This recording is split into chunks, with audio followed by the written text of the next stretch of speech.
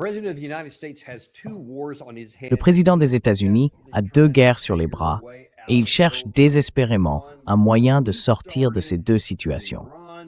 Celle que nous avons déclenchée en Iran et celle que son prédécesseur a essentiellement déclenchée en Ukraine contre la Russie. Mais maintenant, c'est la guerre du président Trump.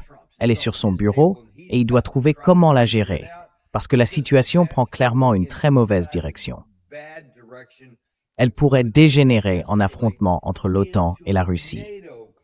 Comment le président Trump va-t-il naviguer entre ces deux missions très très complexes? Bien sûr, la diplomatie est la meilleure réponse, car il n'existe aucune solution militaire pour aucune des deux.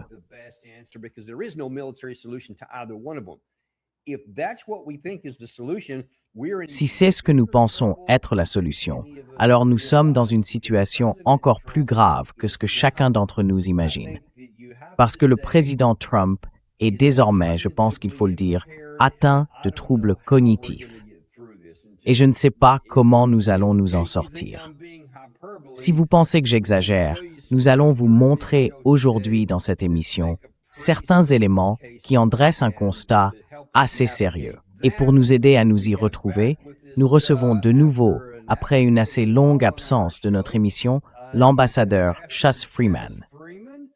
Il a bien sûr été secrétaire adjoint à la Défense, a également travaillé au département d'État, a été ambassadeur en Arabie Saoudite, et à mes yeux, c'est aujourd'hui l'une des meilleures voix de la politique étrangère aux États-Unis. Monsieur l'ambassadeur, bienvenue de nouveau dans notre émission. Samantha Denning, c'est bon de stade de tout. Eh bien, écoutez, j'aimerais presque qu'on puisse se dire « Allez, remémorons-nous le bon vieux temps, quand il y avait beaucoup de poids intellectuel à Washington et qu'on menait une diplomatie vraiment solide en surmontant des défis très difficiles. » Le voyage en Chine de 1972 pourrait être un bon sujet à évoquer, d'autant que vous y avez vous-même joué un rôle. Malheureusement, nous en sommes là où nous en sommes. Alors, commençons d'emblée par ce qu'il y a de plus laid, ce qu'on ne peut pas contourner. Il y a environ 1 heure, le président Trump a publié sur Truth Social des affirmations assez étranges au sujet de la Chine et de la Russie, disant qu'elles ne soutiendront pas l'Iran dans sa guerre contre nous.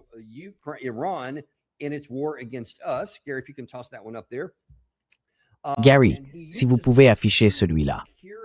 Et il utilise une justification assez curieuse pour cette affirmation en disant « Hey, et au fait, je ne sais pas si vous le saviez. » Voyons si vous pouvez surligner cette partie au milieu. Parce que Xi Jinping comprend que je ne vends pas d'armes à l'Ukraine, mais aux pays de l'OTAN. Il paie le prix fort. Et la façon dont ces armes sont distribuées, je n'en ai aucune idée. Par conséquent, ces deux grands pays ne peuvent pratiquement rien faire pour aider l'Iran. S'ils le font, il y aura un gros problème. Mais bon sang, Gary, est-ce qu'on a toujours celui sur Rubio à l'écran? Est-ce qu'on l'a encore sous la main?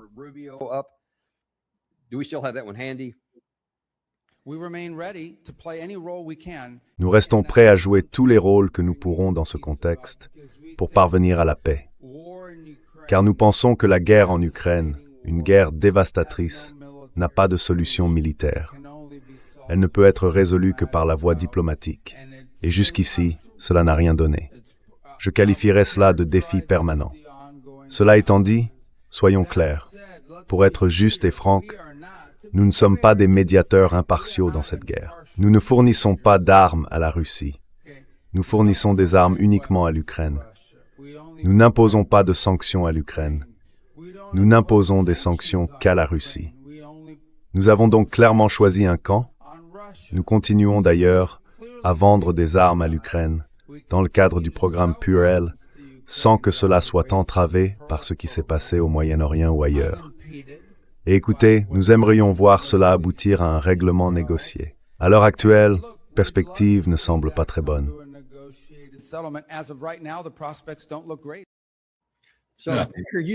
Donc là, vous voyez qu'il affirme catégoriquement que nous vendons des armes à l'Ukraine par le biais du programme Purell qui passe par l'OTAN.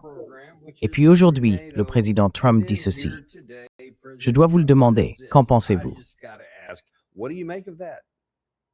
Well, it reminds me of a famous song by Eh bien, cela me rappelle une chanson célèbre de Tom Lehrer. Je ne sais pas si vous vous souvenez de lui. C'était un mathématicien du MIT qui était aussi un génie musical. Il avait une chanson sur Wernher von Braun. Et il disait « Moi, j'envoie simplement les fusées là-haut. Je ne sais pas où elles retombent », disait Wernher von Braun. Enfin, c'est absurde, évidemment. Et en ce qui concerne la déclaration du secrétaire Rubio, ces armes doivent être fictives, parce que nous n'en avons plus. La profondeur de nos stocks est très très basse.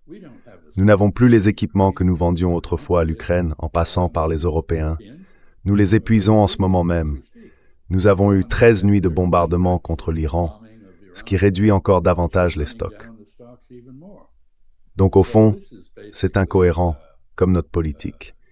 Ce n'est pas crédible comme notre politique. Et c'est contradictoire comme notre politique. Et cela ne mène nulle part.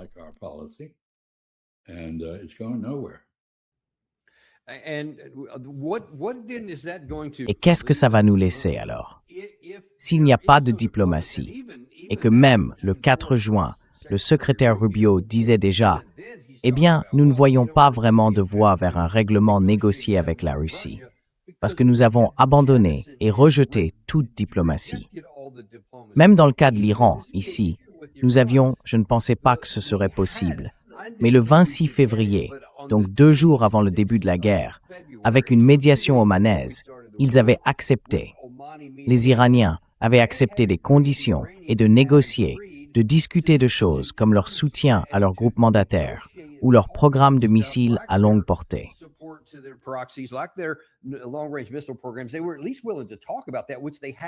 Ils étaient au moins disposés à en parler, ce qu'ils n'avaient pas fait jusque-là. Et ils allaient proposer quelque chose de mieux, même sans enrichissement ni retraitement. Des choses que je ne pensais pas qu'ils pourraient accepter. À ce moment-là, c'était sur la table et nous avons aussi rejeté ça. Donc, avec non seulement les mensonges qui nous ont conduits à la guerre de 2025, puis à celle de 2026, mais aussi le rejet de toute cette diplomatie. Où en sommes-nous aujourd'hui? Comme les Palestiniens et d'autres l'ont conclu, ça ne sert à rien de nous parler parce que nous ne savons pas négocier. Je trouve ça ironique.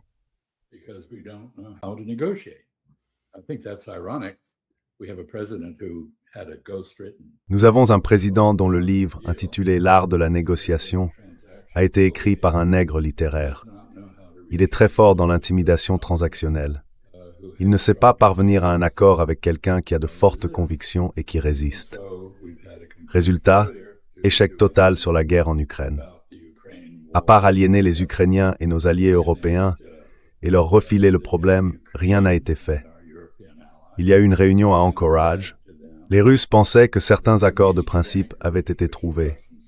Ils en étaient très satisfaits. Mais il n'y a eu aucun suivi. Pourquoi? Parce que le gouvernement s'est lui-même dépouillé de ses compétences. Il n'y a personne dans la salle pour prendre des notes. Il n'y a personne pour assurer le suivi.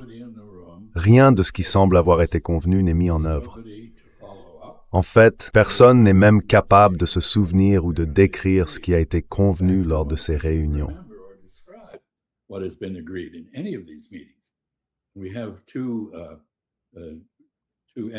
Nous avons 2 émissaires, Kushner et Witkoff, qui sont réputés pour leur incompétence absolue. Ils n'ont rien accompli, dans aucun contexte, à moins de considérer le soi-disant Conseil de la paix à Gaza comme un succès.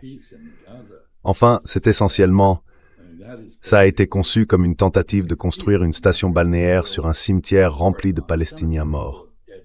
Et c'est maintenant utilisé ainsi. Les Israéliens construisent un mur à Gaza pour prendre 70% du territoire et laisser 30% ou concentrer les Palestiniens restants. Donc ce qui était un camp de concentration le 6 octobre, il y a 2 ans, est maintenant transformé en prison dans une petite partie de Gaza. Et personne n'a versé quoi que ce soit au Conseil de la paix. Donc tout ça est faux. Vous parlez de fausses informations. Que dire de la fausse diplomatie? Une diplomatie utilisée pour justifier et dissimuler l'intention de mener une attaque surprise.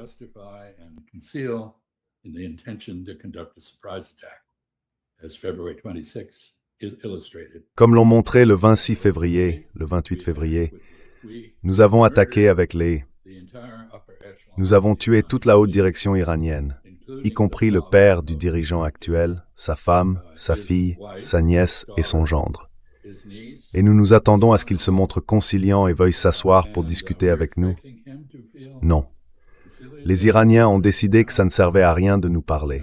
Ils vont régler ça par les armes, et les Russes aussi. Nous avons tellement compromis notre réputation sur le plan diplomatique que nous n'avons plus de crédibilité auprès de personne. Il y avait même hier un article dans le Washington Post expliquant que les Européens se préparaient à nous faire la guerre à propos du Groenland. Enfin, nous nous agitons dans tous les sens, sans but. Et je vais juste faire un dernier commentaire sur ce qui se passe dans le Golfe Persique.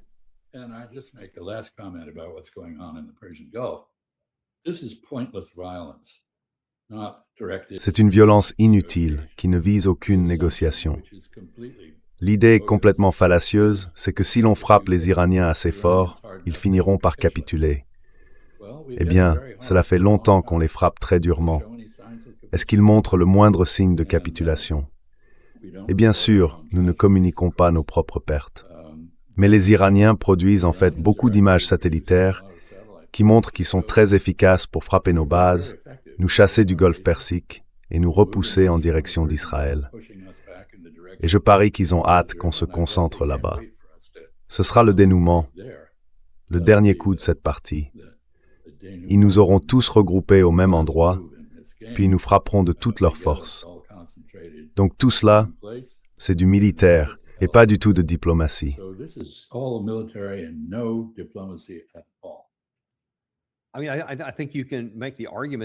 Je veux dire, je pense qu'on peut soutenir que littéralement, nous sommes en train de nous autodétruire avec le président Trump aux commandes. Et dans un instant, on verra qu'il a quelques complices ici. Mais regardons encore une chose, parce que ceci a été publié juste avant notre entrée à l'antenne, au sujet de cette querelle persistante entre le président et le Canada. Le Canada a retiré son invitation aux États-Unis d'Amérique pour l'inauguration du pont Gordie Howe. Et apparemment, Trump ne supporte pas très bien ce qu'il perçoit comme un affront, ce qui est très bien, étant donné qu'il paie des droits de douane considérables, puisqu'il vient tout juste d'imposer de nouveaux droits de douane au Canada il y a seulement quelques jours.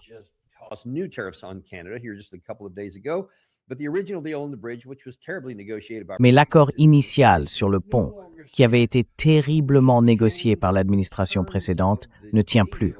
Nous avons modifié les termes de l'accord pour que les États-Unis d'Amérique obtiennent désormais 50%. Enfin bref.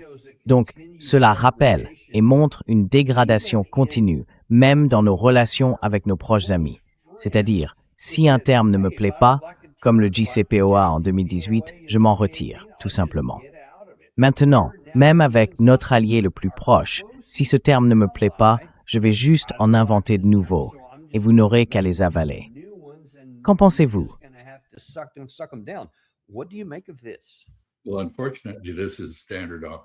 Eh bien, malheureusement, c'est la procédure habituelle de cette administration. Je comprends que ce sont les Canadiens qui ont payé le pont, pas nous. Et l'administration Trump voulait partager les péages, mais bien sûr, les Canadiens n'ont pas accepté. Et maintenant, nous changeons les termes de l'accord.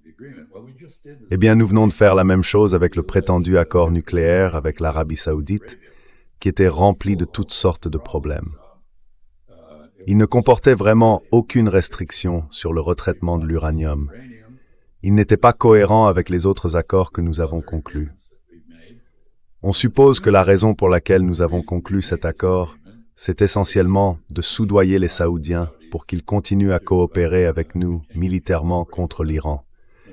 Mais en réalité, pour leurs propres raisons, ils ne coopèrent pas beaucoup.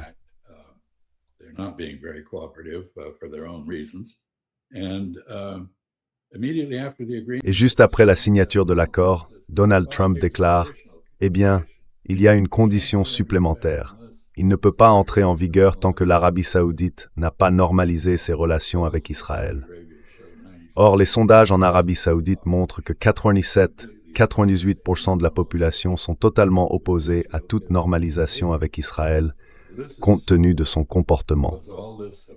Alors, est-ce que tout cela n'était qu'une feinte de Donald Trump? Ramener les Saoudiens pour nous aider à porter le prétendu coup de grâce à l'Iran, qu'il affirme que nous sommes sur le point d'asséner? Non, je ne le pense pas. Je pense qu'il y a eu confusion. Je ne pense pas qu'il savait ce qu'il y avait dans l'accord. Il l'a décrit de manière erronée en public. Si vous lisez ce que nous savons du contenu de l'accord, cela n'a rien à voir avec ce que dit Donald Trump. Et maintenant, Nimbrab is a simtué per tati exigences avec the dealing Israël.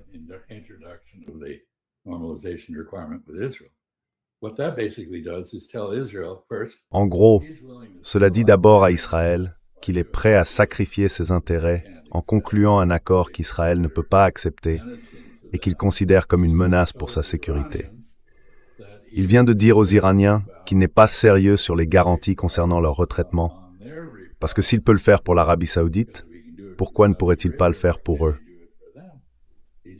Il vient de durcir leur position. Il a offensé les Émirats arabes unis, où nous avions exigé une clause interdisant le retraitement dans l'accord, ce que nous n'avons pas fait dans le cas de l'Arabie saoudite. Et il a inquiété tout le monde dans la région, parce que tout le monde comprend que si l'Iran devient une puissance nucléaire, l'Arabie saoudite le deviendra aussi. La Turquie aussi. L'Égypte aussi. Les Iraniens le comprennent.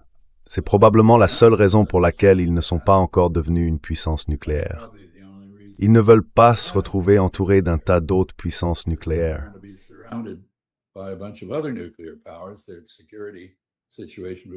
Leur sécurité ne s'en trouverait pas améliorée. Elle se dégraderait. Entre-temps, Israël reste bien sûr la seule puissance nucléaire de la région à avoir développé l'arme nucléaire clandestinement. Et c'est vraiment un miracle que le développement par Israël d'armes nucléaires, la manière dont il l'a fait et la manière dont il en parle, n'ait pas déjà poussé tous les autres pays de la région à se doter de l'arme nucléaire. Mais Donald Trump vient tout simplement de mettre en pièces notre politique de non-prolifération qui remonte à JFK, enfin, à très longtemps. Et je pense qu'il a probablement inquiété le monde entier quant à notre capacité à comprendre les enjeux, à être cohérent dans notre politique et à prendre en compte les intérêts des autres autant que les intérêts de Donald Trump.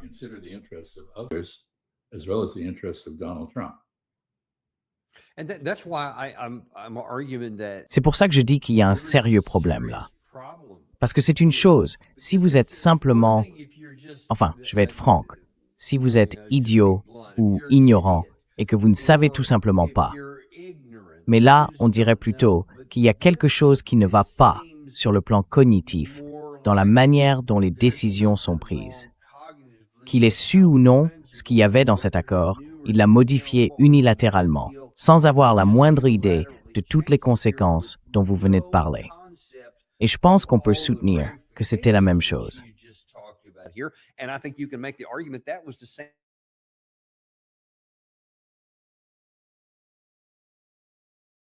Vous êtes figé.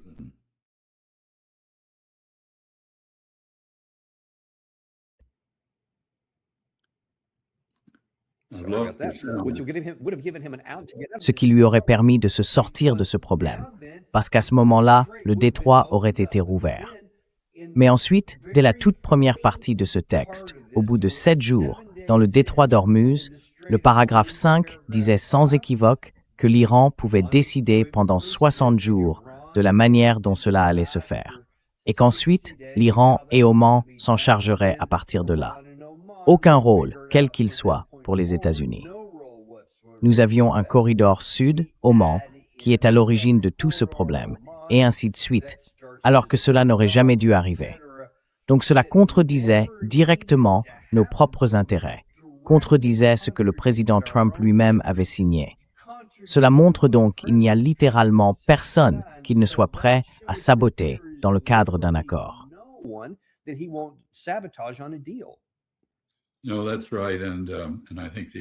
Non, c'est exact. Et je pense que les Iraniens ont dit explicitement qu'ils considéraient sa signature comme sans valeur, totalement insignifiante, et qu'il ne valait même pas la peine d'essayer de l'obtenir. Et cela ne fait que souligner le fait que nous avons convaincu le monde entier que nous ne savons pas ce que nous faisons, qu'on ne peut pas nous faire confiance, que nous ne tenons pas parole, et que manifestement, nous ne restons même pas cohérents d'un jour à l'autre. Alors comment peut-on traiter avec nous? C'est la question que tout le monde se pose. Vous savez, quand vous parliez des idiots et tout ça, je repensais à cette paraphrase de Mark Twain.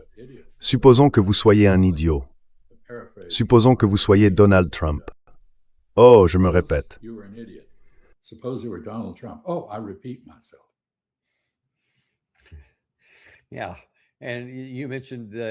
Oui, et vous avez évoqué la partie iranienne. Voici ce qu'a déclaré le ministre des Affaires étrangères, Araghchi. L'Iran a montré qu'il ne se soumettra pas à l'intimidation américaine, et nous ne répondrons en aucun cas au langage de la force, de la pression et des menaces. Nous ne craignons ni les menaces, ni la pression, et nous ne tolérerons pas le langage des menaces. Ils ont poursuivi après cela. Mais en réalité, le professeur Morandi a dit la même chose dans notre émission par le passé.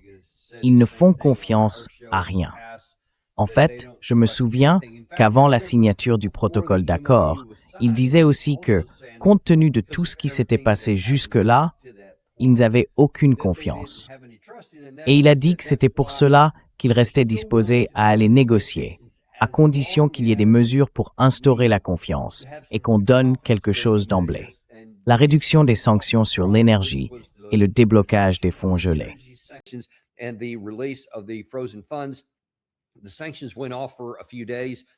Les sanctions ont été levées pendant quelques jours, puis nous les avons rétablies et nous en avons ajouté d'autres.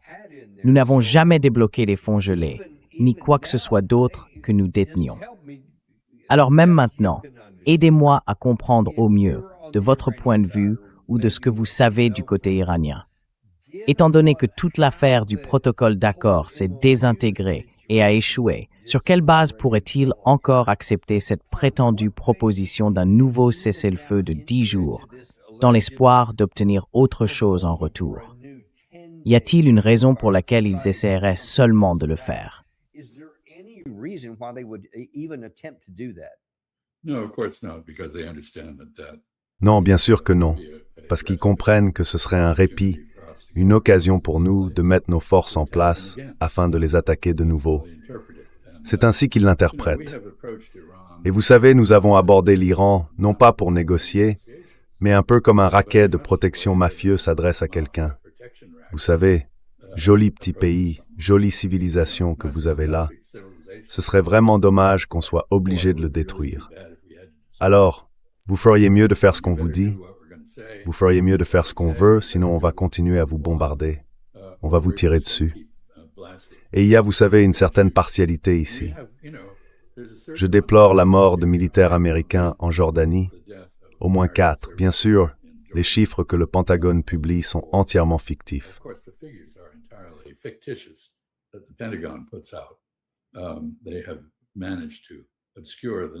Ils ont réussi à masquer complètement le nombre de morts et de blessés. Mais vous savez, tout cela est très triste. Mais mon Dieu, il y a eu des milliers de morts du côté iranien. Jusqu'où peut-on aller? Vous déclenchez une guerre d'agression et vous perdez 18 personnes, puis 14. Parce que le jour même où Donald Trump a reçu les dépouilles des 4 morts venus de Jordanie, le Pentagone a redéfini les critères et a retiré ces 4 personnes de la liste des morts. C'est condamnable, absolument condamnable. Alors, si vous regardez cela, où est l'honnêteté sur laquelle vous pouvez compter? Où est la confiance que vous pouvez avoir? Si je dis que je vais faire quelque chose et que je ne le fais pas, non seulement je ne le fais pas, mais la minute d'après, je fais quelque chose de totalement contradictoire. Comme, vous savez, tirer un roi après voie je ne gêne pas. Comment peux-tu dire que moi?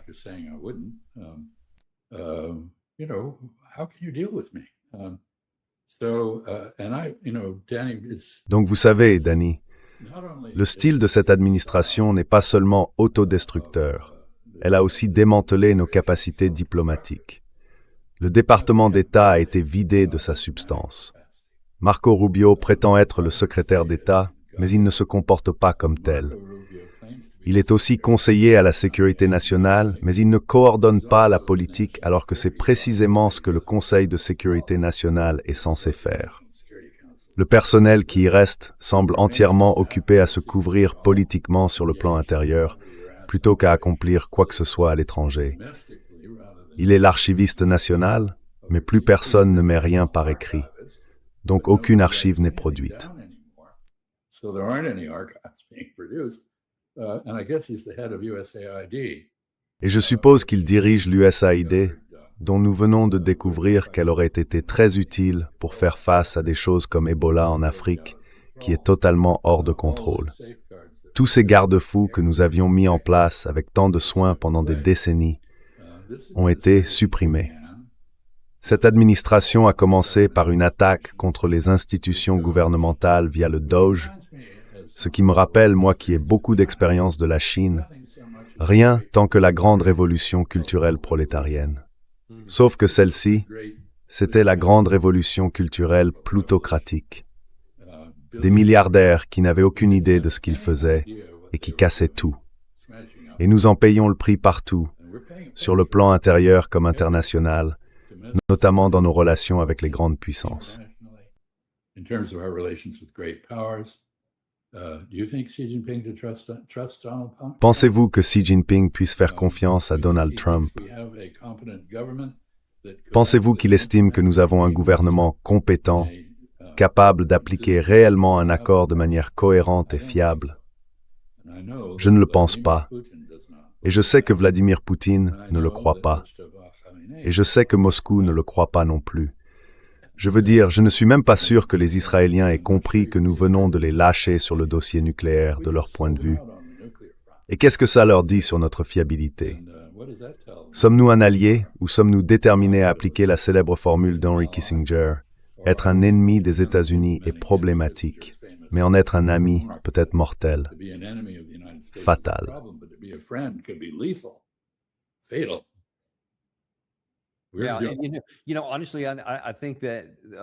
Vous savez, honnêtement, je pense que les Israéliens ont en quelque sorte créé un monstre de Frankenstein. Parce que je pense qu'ils étaient ravis quand le président Trump a gobé toutes les absurdités que Netanyahou lui racontait durant la première année, ou peu importe, de son second mandat, et qu'il l'a convaincu de se lancer dans la guerre, d'abord avec l'opération Midnight Hammer, puis avec celle-ci. Et maintenant, tout à coup, d'accord. Eh bien, on y est arrivé. Enfin, ils n'ont pas encore franchi la ligne d'arrivée. Mais ils ont cette section, je crois, la 219, et j'oublie l'autre, par laquelle ils vont lier l'armée et le renseignement américain. Je pense que maintenant, dites-moi ce que vous en pensez, les Israéliens se disent « Survivons simplement à Donald Trump, puis nous reprendrons les affaires comme d'habitude. Nous aurons davantage d'hameçons plantés dans la viande. »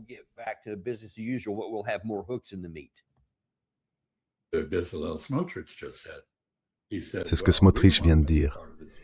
Il a dit, bon, nous ne voulons rien avoir à faire avec cette guerre. Vous savez que les Américains et les Iraniens se battent, d'accord? Nous allons, vous savez, continuer à faire ce que nous faisons. Essayer d'annexer le sud du Liban et des parties de la Syrie, expulser tous les Palestiniens de Cisjordanie et entasser les Palestiniens de Gaza dans un complexe carcéral appelé ville humanitaire. C'est comme ça qu'ils l'appellent. Et non, je pense que tout le monde compte simplement les jours, en espérant qu'une certaine cohérence sera rétablie avec les élections de mi-mandat. Mais nous ne savons pas ce qui va se passer lors de ces élections.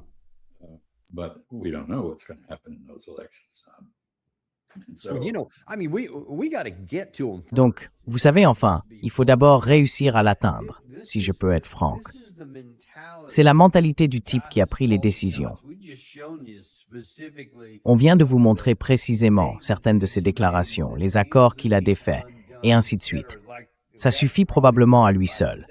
Mais voilà comment je pense, monsieur l'ambassadeur, je pense que c'est vraiment ce qu'il pense. Je ne dis plus automatiquement qu'il dit ça uniquement parce qu'il veut imposer un récit. Je commence à croire qu'il croit réellement à ce genre de choses.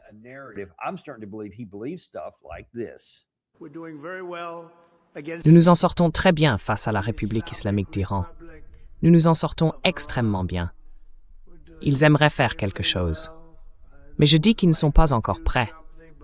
Il leur faut encore la même chose. Ils ne sont pas encore prêts. Ils ont de mauvaises intentions. Nous ne pouvons pas les laisser obtenir l'arme nucléaire. Il dit qu'ils ne sont pas encore prêts à négocier, donc il faut continuer à les frapper davantage. Comment réagissez-vous à cela? Well, I think the nuclear weapon is not Eh bien, je pense que l'arme nucléaire n'est pas le problème, aujourd'hui.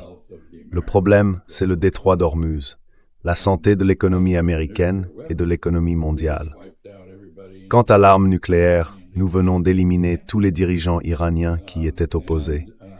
Et je pense que nous avons rendu inévitable le développement par l'Iran d'une arme nucléaire. Ils avaient accepté de ne pas le faire pendant 60 jours. Dans le cadre du soi-disant mémorandum d'entente, qui aurait plutôt dû s'appeler le mémorandum du malentendu. Et vous savez, nous n'avons jamais respecté quoi que ce soit de tout cela. Ce mémorandum disait « pas de menace de recours à la force, pas de recours à la force ». Nous avons immédiatement violé cela dans les deux cas. Il disait que nous devions faire sortir les Israéliens du Liban. Nous n'avons fait aucun effort en ce sens. out of Lebanon. We made no effort to do that. In fact, we turned around. Marco Rubio En fait, nous avons fait demi-tour. Marco Rubio est allé négocier un accord avec le gouvernement impuissant du Liban, un cessez-le-feu avec Israël. Enfin, il ne combattait pas Israël.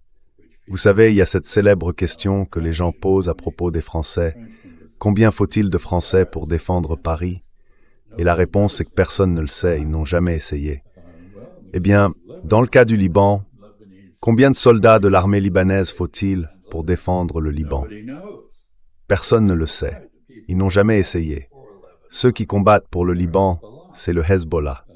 Et nous venons de conclure d'obtenir un accord entre le gouvernement libanais et Israël, selon lequel ils vont s'en prendre conjointement au Hezbollah. Alors, qu'est-ce que c'est que ça? Au minimum, c'est pas très intelligent. It is, at a minimum, not very smart. Et au pire, c'est très, très dommageable. Vous savez ce qui va encore aggraver la situation. Ce n'est pas seulement le président Trump. Si c'était seulement lui, il y aurait peut-être une lueur au bout du tunnel. Mais malheureusement, il a beaucoup de complices. Je vais vous en montrer quelques-uns. Voici Jack Keane qui essaie de dire « Hey, finissons simplement le travail, bon sang ».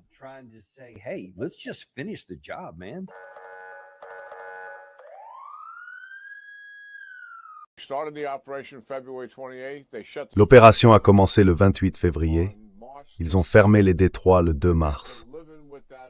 Après avoir vécu avec ça pendant un mois, les prix ont commencé à augmenter, avec une spirale aux conséquences économiques et politiques évidemment énormes. Le président et son équipe estimaient que les Iraniens étaient sincères dans leur volonté de négocier.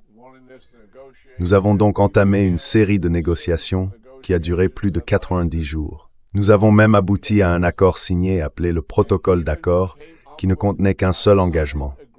Tout le reste n'était qu'une promesse pour l'avenir, après quelques 60 jours de négociations. Le seul accord était que l'Iran rouvrirait le détroit d'Ormuz et mettrait fin à toutes ses interférences et restrictions.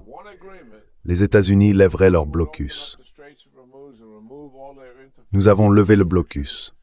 Quelques jours plus tard, New Orleans essays were solving dans le détroit d'Ormuz.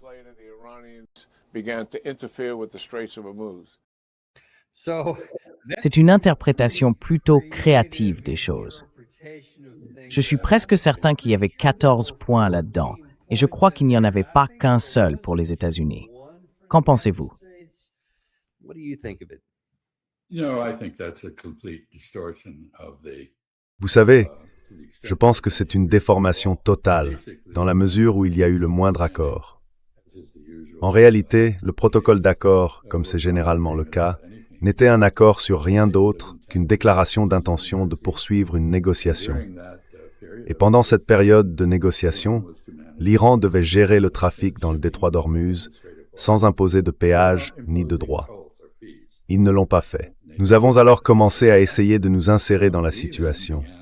Et Donald Trump a fini par dire, « Eh bien, nous allons gérer le détroit d'Ormuz et nous ferons payer à tout le monde 20% de la valeur de la cargaison. » Eh bien, face à ce choix, tout le monde proposerait l'Iran, qui avançait une structure tarifaire très modeste.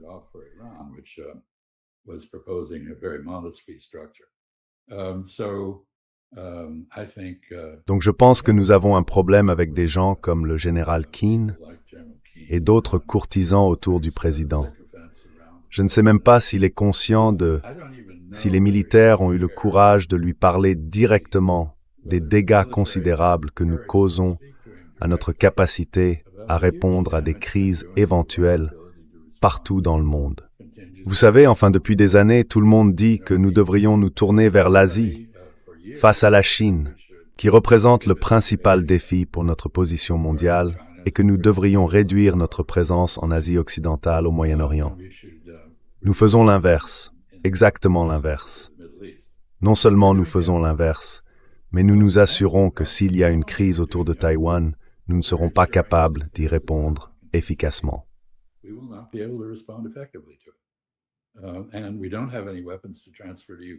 Et nous n'avons pas d'armes à transférer à l'Ukraine par le biais de ce mécanisme qui consiste à demander aux Européens de le faire pour nous, afin de pouvoir prétendre d'une certaine manière que nous ne sommes pas impliqués. Je veux dire, en tant que pays, quand nous vendons une arme à quelqu'un, nous imposons des restrictions. Vous ne pouvez pas la retransférer sans notre autorisation. Donc, en réalité, nous sommes en guerre avec les Russes. Eux le pensent, et ils savent que l'Union européenne et les membres européens de l'OTAN sont activement en guerre contre eux. Ils savent aussi que l'Ukraine frappe loin, à l'intérieur de leur territoire, avec des armes qui, dans certains cas, ont été expressément conçues par des Européens de l'Ouest pour cela.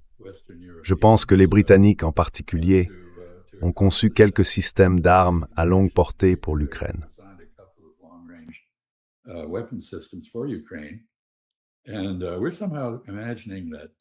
Et nous imaginons, d'une manière ou d'une autre, que les Russes ne finiront pas par être poussés à exercer des représailles d'une forme ou d'une autre, ou à lancer une contre-attaque. Vous savez, il n'est pas nécessaire de tirer un missile sur quelque chose pour le détruire. Il existe des choses comme le sabotage, il y a des cinquièmes colonnes, il y a les forces spéciales.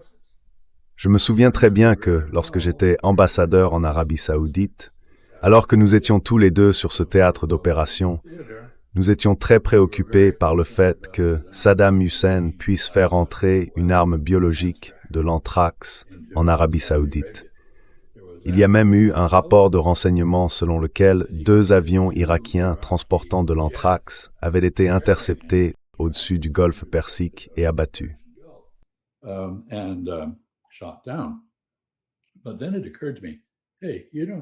Mais là, je me suis dit, « Hey, pas besoin d'un avion à réaction pour livrer de l'anthrax.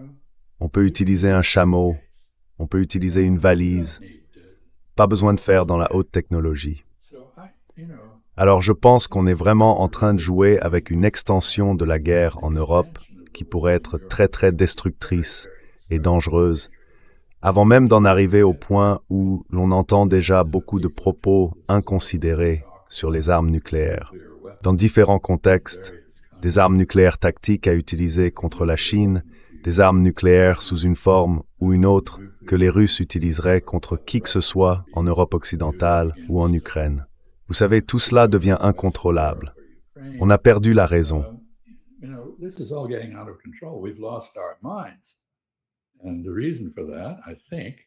Et je pense que la raison, c'est que nous avons un président, une direction dans ce pays qui ne sait plus ce qu'elle fait et qui franchement a perdu la tête dans ses calculs.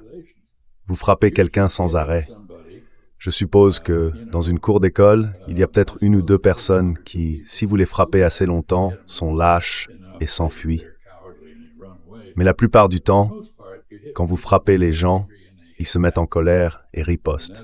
Et c'est exactement la dynamique que nous avons créée partout. Et le racket de protection façon mafia que nous essayons de faire fonctionner, ça ne marche pas.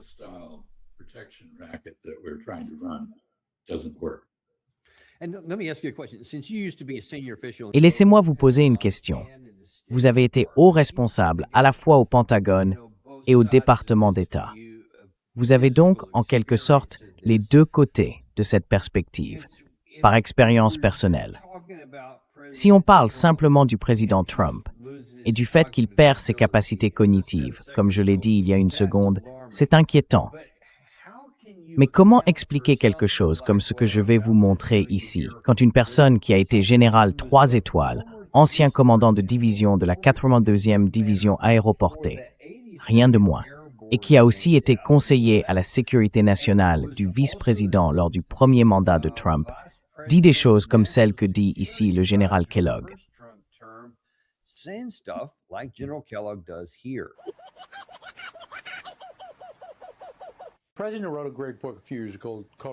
Le président a écrit un excellent livre il y a quelques années, intitulé « L'art de la négociation ». L'une des choses qu'il y évoque, quand on arrive aux négociations, quand on arrive à la paix, c'est l'utilisation du rapport de force. Et comment obtenir un rapport de force sur eux, aujourd'hui? C'est un régime théocratique. Ils ont causé la mort d'Américains. C'est pour cela que j'ai dit qu'il faut prendre quelque chose comme l'île de Kharg, qui représente 90% de leur économie, ou l'île de Larak, qui est aussi un centre de commandement et de contrôle dans le détroit d'Ormuz.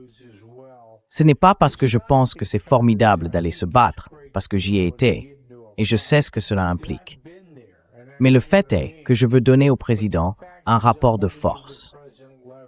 Ainsi, on arrive à un point où l'on va leur briser le dos, non seulement sur le plan militaire, ce que nous avons fait, et le sénateur avait raison sur ce point, mais aussi fondamentalement sur le plan économique. Et alors, vous pouvez aider le peuple iranien à se soulever. Nous n'allons pas envahir l'Iran. Nous ne devrions pas envahir l'Iran. Nous devrions probablement les aider lorsqu'ils se soulèveront.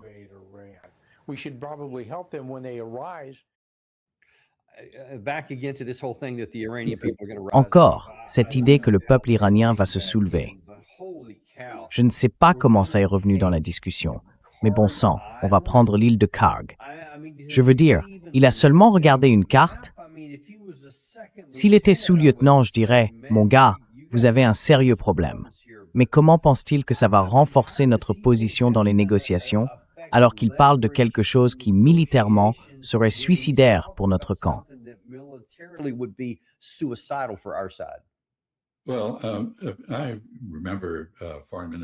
Eh bien, je me souviens du ministre des Affaires étrangères Araghchi qui disait « Venez donc, on vous attend. » Vous savez, enfin, ce serait un bain de sang. Si vous regardez où se trouve l'île de Kharg, tout en haut du golfe Persique, au large des côtes du Koweït et de l'Iran, quiconque y va et l'occupe devient une cible facile, même s'il arrive à y parvenir.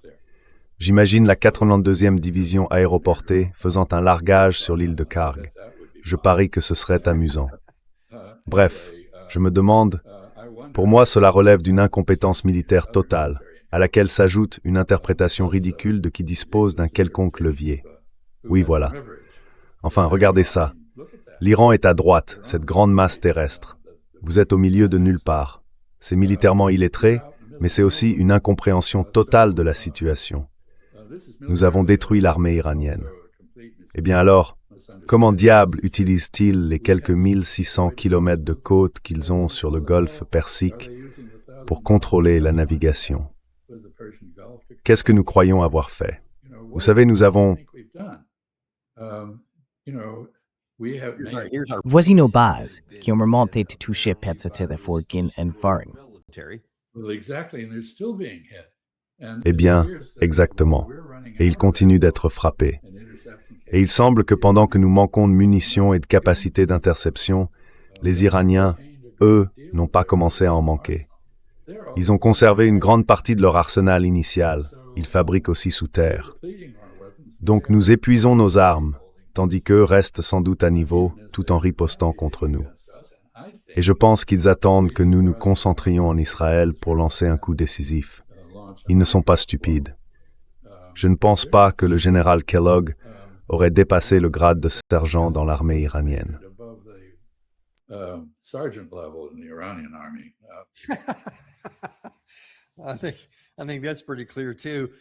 Je pense que c'est assez clair aussi. Vous savez quoi? C'est intéressant. Les gens parlent du président Trump. En fait, il en fait partie. Mais beaucoup de gens dans les médias ont dit qu'ils avaient tué certains de nos soldats et que c'était une ligne rouge. C'est une ligne rouge pour Trump et il va faire pleuvoir l'enfer sur eux. Mais comme vous l'avez dit, il y a une seconde, et juste pour le souligner, rien que lors des dernières vagues de frappe, l'armée américaine a tué au moins 55 Iraniens et en a blessé 645 autres. Une frappe en particulier, je crois il y a environ 4 jours, a tué 8 soldats iraniens. Donc nous tuons aussi leurs soldats.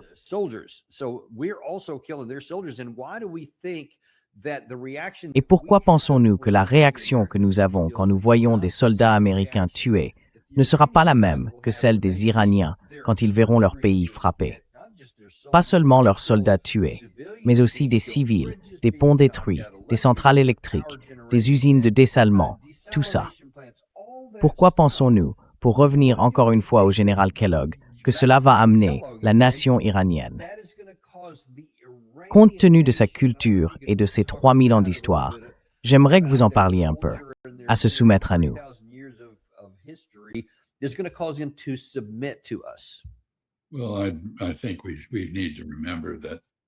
Eh bien, je pense qu'il faut se rappeler que nous avons déclenché cette guerre en tuant 160 écolières. Et cela est devenu un point de ralliement pour le nationalisme iranien, tout comme l'a été l'assassinat de leurs dirigeants. Et nous avons porté au pouvoir un groupe de personnes très nationalistes, pas très théologiques, quoi qu'en dise le général Kellogg. Ils sont déterminés à défendre l'intérêt national suprême de leur pays, qui est le même que l'intérêt national suprême de n'importe quel pays. Votre identité nationale, vos valeurs, votre histoire, votre langue, votre autonomie politique, votre souveraineté. Ils défendent toutes ces choses contre nous.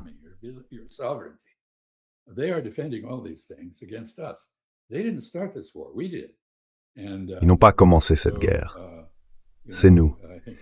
Et donc, vous savez, je trouve un peu étrange que nous n'ayons pas la moindre compréhension de ce que signifie tuer des civils, des écolières, ainsi que des soldats, parfois d'autres civils, faire exploser des infrastructures civiles, ce qui est un crime de guerre, faire exploser des usines de dessalement, ce que nous avons fait. Non, ils répondent à nos actions. Et c'est un jeu que nous ne pouvons pas gagner, parce que nos alliés, là où se trouvent nos bases, de l'autre côté du golfe Persique, ne peuvent pas vivre sans eau dessalée. Ils ne peuvent pas vivre sans climatisation. Et au Koweït, c'est très durement touché.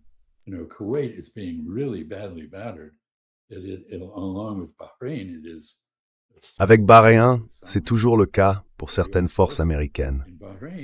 À Bahreïn, les forces ont dû s'installer dans des hôtels, comme elles l'avaient fait au départ au Qatar et aux Émirats arabes unis. Et maintenant, les Iraniens disent qu'ils vont les viser là-bas. Donc oui, je veux dire, les civils vont mourir en grand nombre à mesure que tout cela se poursuit. Pas seulement des Iraniens, mais aussi nos partenaires arabes et des Américains. Nous avons commencé cette guerre en détruisant beaucoup d'équipements et en assassinant les dirigeants en Iran. Eux l'ont commencé en détruisant notre système radar d'1,1 milliard de dollars au Qatar, celui avec lequel nous coordonnions tout sur le théâtre d'opération du Pakistan à l'Irak.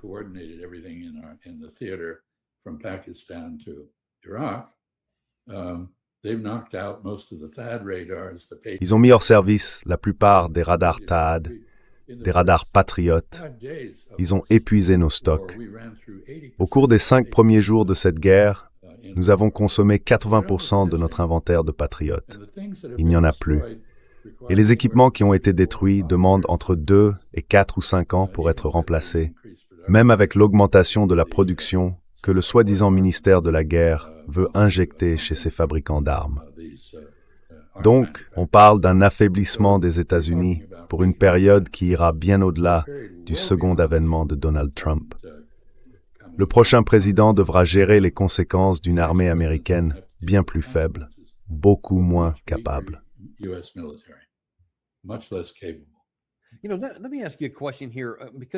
Vous savez, laissez-moi vous poser une question. Parce que De toute évidence, vous et moi ne sommes pas les seuls à voir cette dégradation de nos capacités, ce double langage, ce sabotage de nos propres intérêts. Et on pourrait penser que même quelqu'un qui est un allié politique du président, qui l'apprécierait par ailleurs, parce qu'il aime peut-être certains de ses programmes intérieurs ou autres, aurait une limite, au point de se dire « d'accord, si ça nous nuit, c'est là que je trace la ligne. Je dois intervenir. » Mais regardez simplement ceci. Ça vient du sénateur Cotton. C'était hier, je crois.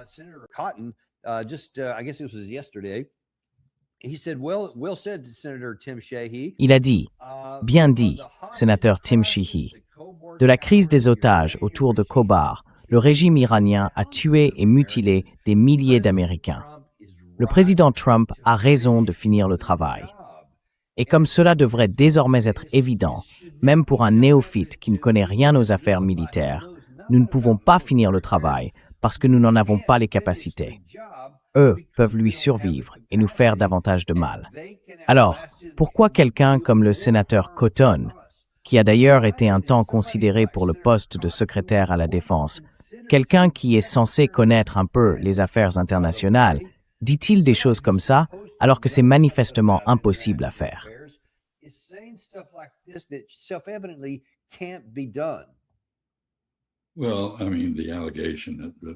Eh bien, je veux dire, l'affirmation selon laquelle les Iraniens ont tué des milliers d'Américains est une absurdité totale. Ils ont essayé de me tuer une fois d'ailleurs, mais ils m'ont raté. Donc me voilà. Mais vous savez, personne n'a dit que c'était des gens sympathiques dans leur conduite de la politique étrangère. Mais cela ne justifie en rien ce que nous faisons. Et comme vous l'avez dit, nous ne pouvons pas finir le travail parce que nous avons tout gâché. Vous savez, nous avons commencé toute cette affaire avec une rébellion organisée par la CIA et le Mossad en Iran. Cela a probablement entraîné la mort de 3000 civils aux mains des forces de sécurité iraniennes. Enfin, elle a été réprimée brutalement, quel qu'ait été le nombre, et elle a totalement échoué. Nous avons essayé de pousser les Kurdes à envahir l'Iran, et ils ont eu le bon sens de ne pas le faire. Cela a complètement échoué. Ensuite, nous avons pensé que si nous décapitions le régime, il s'effondrerait. Ce n'est pas le cas.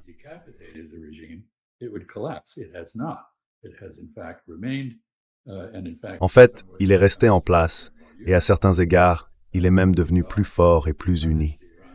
Nous pensions que si nous punissions le peuple iranien, il retournerait sa colère contre son gouvernement.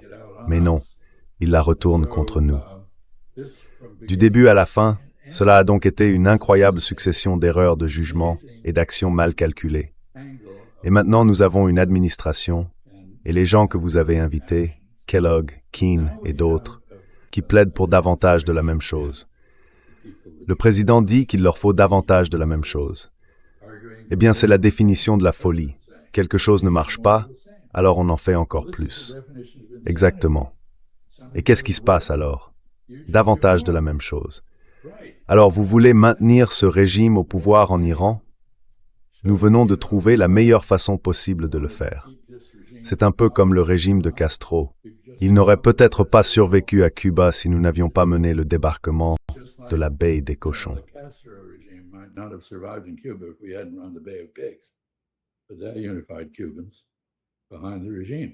Mais cela a uni les Cubains derrière le régime. Et vous savez, je m'en souviens très bien, parce que je suis tombé par hasard sur le camp d'entraînement au Guatemala où ces gars-là étaient formés. Et j'en connaissais beaucoup quand ils sont sortis, échangés contre des tracteurs. Autre chose qui se passe dans la région, et je veux le mentionner, le combat des Houthis contre les Saoudiens a repris. Il a repris parce que les Saoudiens soutiennent le gouvernement yéménite, reconnu internationalement, basé à Aden dans le sud.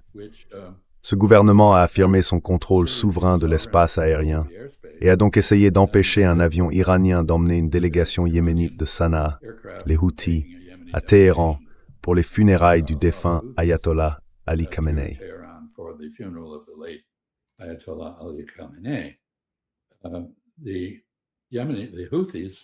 Les Houthis disent que ce sont les Saoudiens qui ont fait ça. Les Saoudiens disent que non, ce n'est pas eux. Le gouvernement d'Aden, dans le sud du Yémen, s'en est attribué le mérite. Mais quoi qu'il en soit, les Houthis accusent les Saoudiens et ils ont fermé le détroit au trafic maritime saoudien, pas à celui des autres pays. Mais tout cela nous rappelle que nous avons dépensé $1 milliard, mobilisé une puissance navale considérable et beaucoup d'armes pour tenter de soumettre les Houthis lorsqu'ils ont bloqué la mer Rouge pour tout le monde, en soutien aux Palestiniens contre Israël. Nous avons échoué. Alors, qu'avons-nous fait? Nous avons déclaré victoire et nous sommes repartis. Et c'est peut-être ce que nous allons devoir faire dans le détroit d'Ormuz. Je ne vois pas d'autre solution.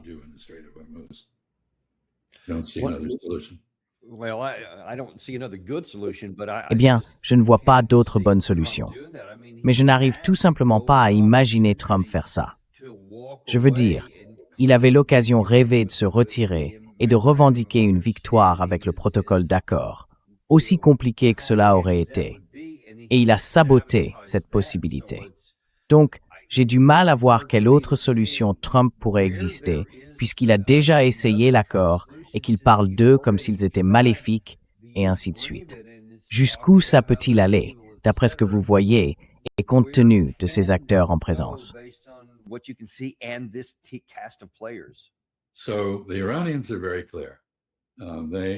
Les Iraniens sont donc très clairs. Ils l'ont toujours été sur leurs exigences. Ils disent maintenant qu'il n'y aura pas de reprise des négociations tant que le protocole d'accord dans ces termes ne sera pas mis en œuvre. Cela signifie aucune menace de recours à la force, aucun recours à la force, aucun soutien à Israël au Liban et le retrait d'Israël du Liban. Cela signifie aussi laisser les Iraniens gérer le détroit d'Ormuz pendant 60 jours, le temps que se déroulent des négociations sur des dispositions de long terme pour ce passage entre le golfe Persique et le golfe d'Oman dans la mer d'Arabie. Voilà ce que cela signifie. Et soit dit en passant, cela incluait aussi un fonds proposé de $300 milliards pour la reconstruction de l'Iran.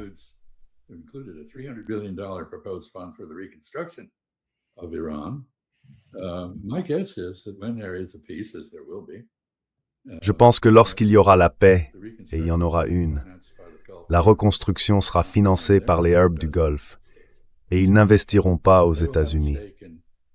Ils auront intérêt à faire la paix avec l'Iran, pour que l'Iran n'ait pas de prétexte pour les attaquer de nouveau, comme nous l'avons provoqué. Vous savez, ces bases dans ces pays leur ont été vendues en leur disant que nous les défendrions. C'était leur protection contre une attaque de l'Irak, de l'Iran, peu importe. Non, ces bases sont devenues des cibles attirantes. Elles ont attiré les attaques au lieu d'assurer la moindre défense. Et nous venons de démontrer que nous n'avons aucune capacité à les défendre.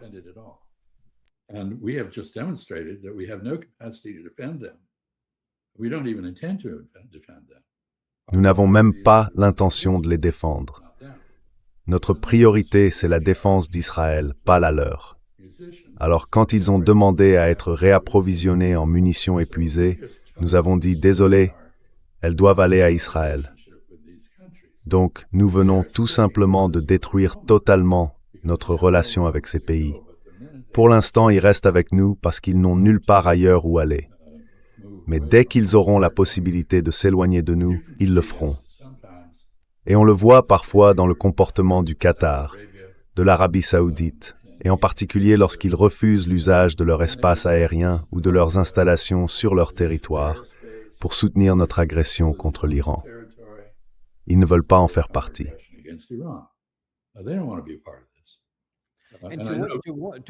Et quelle importance avez-vous accordé au fait que l'Arabie saoudite y assiste en envoyant une délégation aux funérailles d'Ali Khamenei?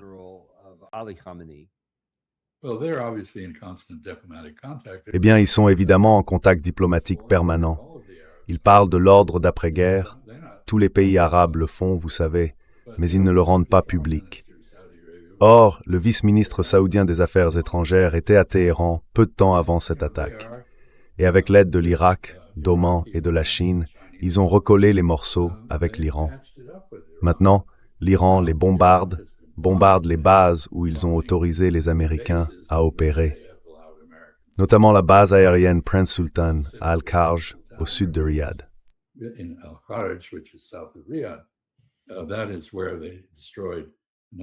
C'est là qu'ils ont détruit plusieurs avions AWACS très coûteux que nous ne pouvons pas vraiment remplacer.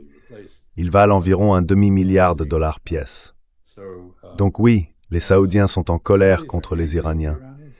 Mais ils peuvent garder la tête froide et ils ne vont pas se mettre dans une situation où des forces présentes sur leur territoire attaquent l'Iran et essuient donc des contre-attaques. De leur point de vue, la réponse à cette guerre, c'est de se débarrasser des bases américaines. C'est aussi l'exigence de l'Iran et ils y répondront, mais pas tout de suite.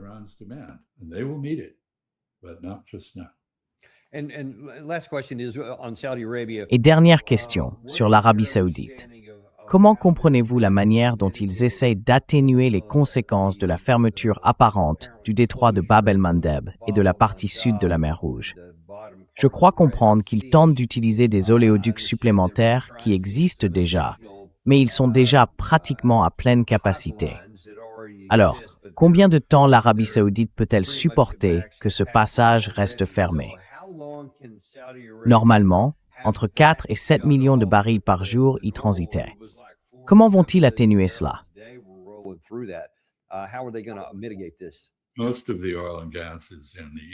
La majeure partie du pétrole et du gaz se trouve dans les provinces orientales de l'Arabie saoudite, c'est-à-dire dans la région du Golfe Persique, plutôt que dans celle de la mer Rouge.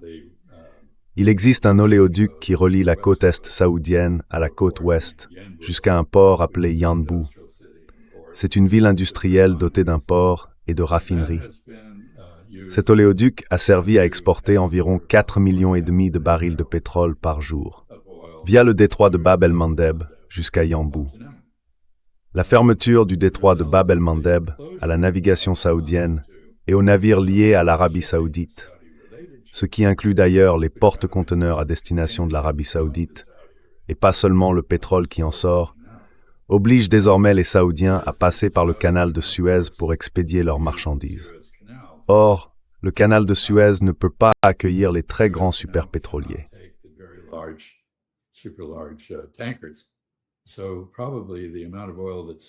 Donc, il est probable que la quantité de pétrole que l'Arabie saoudite peut exporter vient de tomber, disons, de 4,5 millions, 5 millions de barils par jour, à environ 2 millions, peut-être 1,5 million. Autrement dit, les 2/3 des exportations pétrolières saoudiennes viennent d'être réduits. C'est très mauvais pour l'Arabie saoudite qui n'est pas dans une situation financière formidable. Et bien sûr, la hausse du pétrole à plus de $100 le baril, grâce à la dernière flambée des combats, est une bonne chose pour l'Arabie saoudite. Je pense d'ailleurs que c'est une très grossière sous-estimation du coût réel du pétrole, si l'on regarde les prix à terme. Quoi qu'il en soit, nous sommes sur le point de connaître une crise dans le secteur de l'énergie. Le pétrole saoudien que nous importons, nous sommes bien sûr exportateurs nets. Manager Tartary Vispathy Ward Thing in Aller Steady.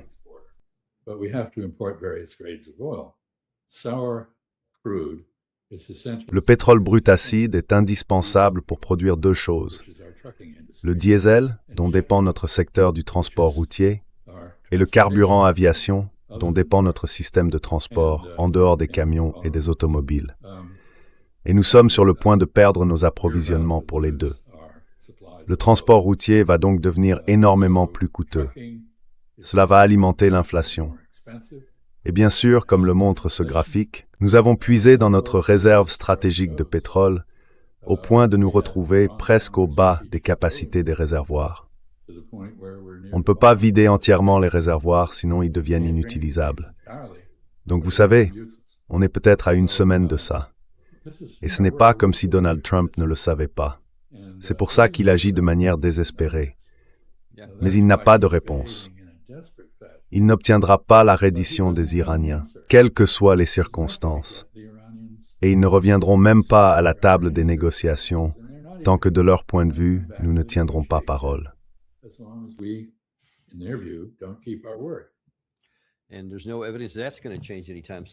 il n'y a aucune preuve que cela va changer de sitôt.